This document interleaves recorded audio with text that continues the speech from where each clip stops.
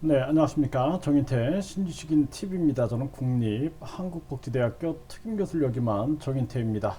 네, 평생 내일 배움 카드 최대 500만원, 네, 평생교육 바우처 연 35만원, 네, 이 평생교육 진흥을 위하여, 직업교육 진흥을 위하여 이렇게 국민들에게 지원하고 있는 이러한 제도가 있는데요. 한번 보겠습니다. 네, 그래서 연 35만 원 평생교육 이용권 내일부터 신청해서 3만 명이 혜택을 받는다 이렇게 나오고 있습니다. 네, 저소득층 교육비 지원 지난해보다 인원 2배, 우수 이용자 하반기 재충전 선정 시 70만 원 뭐 이렇게 해서 평생교육 바우처 제도가 이렇게 시행이 되고 있다라는 거죠.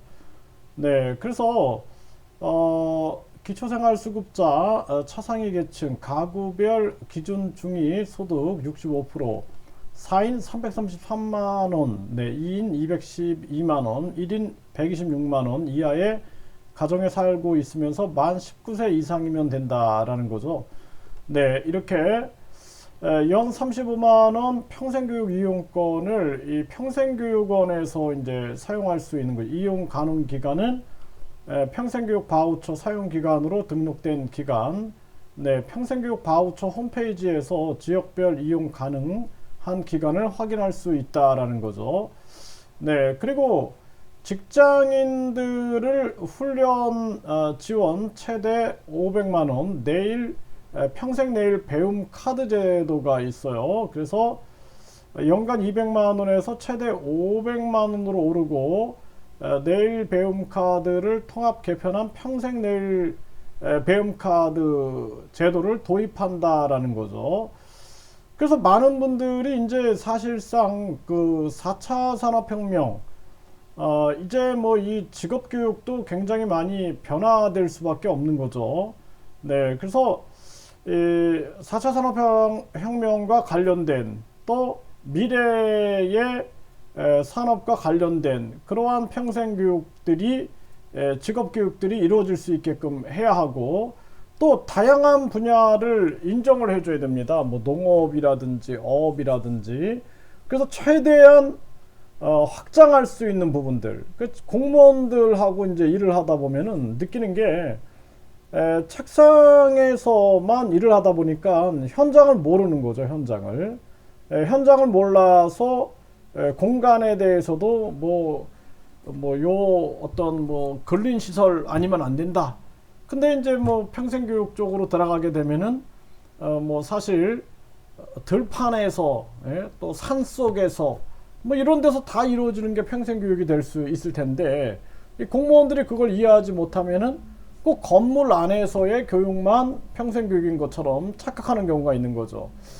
그래서 우리나라 이 평생교육에 대한 지원, 그리고 직업교육에 대한 지원, 이러한 비용들이 있는 거예요. 그러니까 우리나라 국민들이 코로나가 터져서 이제 국가가 국민들에게 뭐 100만 원이 됐든 돈을 지원했단 말이에요. 그러니까 이때 국민들이 이제 인식하는 게 진짜 나라에 돈이 없는 게 아니구나 이런 생각을 하게 되는 거죠.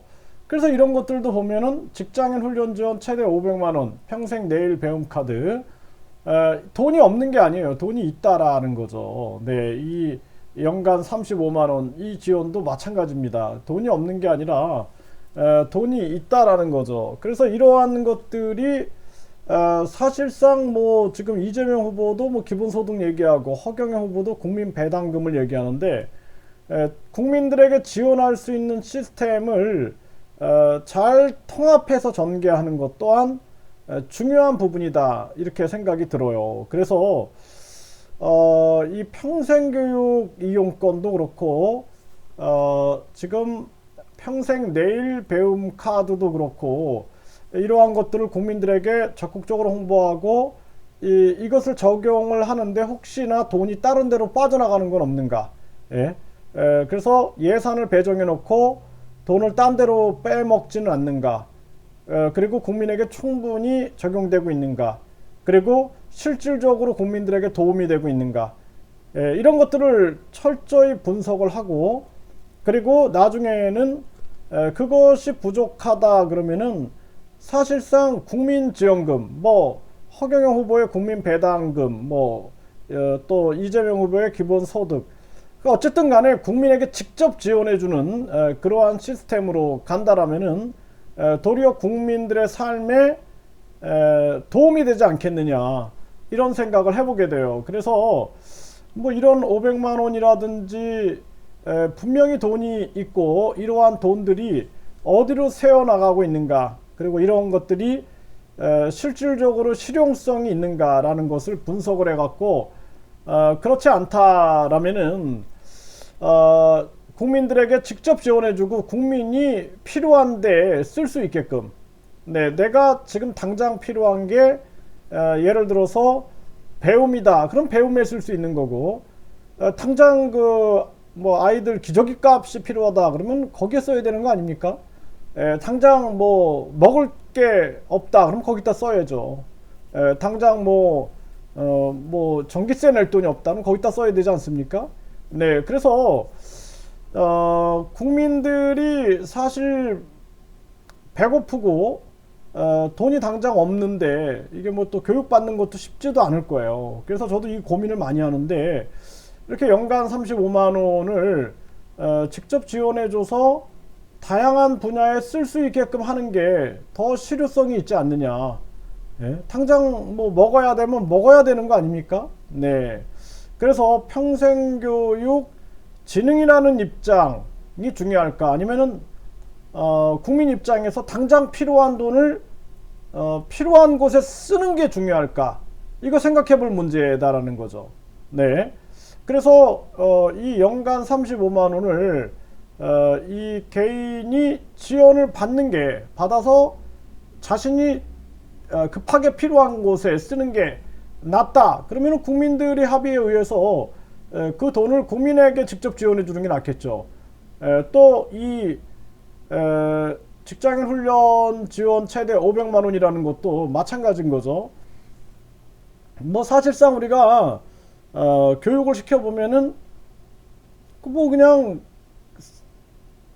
뭐라 그럴까, 의지 없이 배우는 거는 의미가 없어요. 자신 진짜 필요해서 배워야 되거든요. 근데 뭐 요즘에 코로나도 있고 이렇게 4차 산업혁명이 변화되는 시점에 이렇게 편성된 예산이 제대로 쓰일까, 이것도 한번 좀 의문을 갖게 되고, 또 이렇게 편성된 돈들이 혹시 뭐 공무원들 유지하는 데 쓰이는 건 아닌가, 또 공무원들이나 또는 그런 공무원 조직을 운영하는 데 쓰이는 건 아닌가라는 걸 검토해 가지고, 사실 그렇게 무의미하다 그러면은 이런 돈들을 뭐 허경영 후보가 얘기하는 국민 배당금 또는 뭐 기본소득 뭐 해가지고 국민들의 합의를 이끌어내서 국민들에게 직접 지원해 주는 것이 가장 중요하다라는 거예요. 그래서 저는 이 허경영 후보가 나라의 예산을 70%를 아껴서 국민에게 준다라는 그러한 정책이 굉장히 좀 와닿는 부분이 있어요. 그래서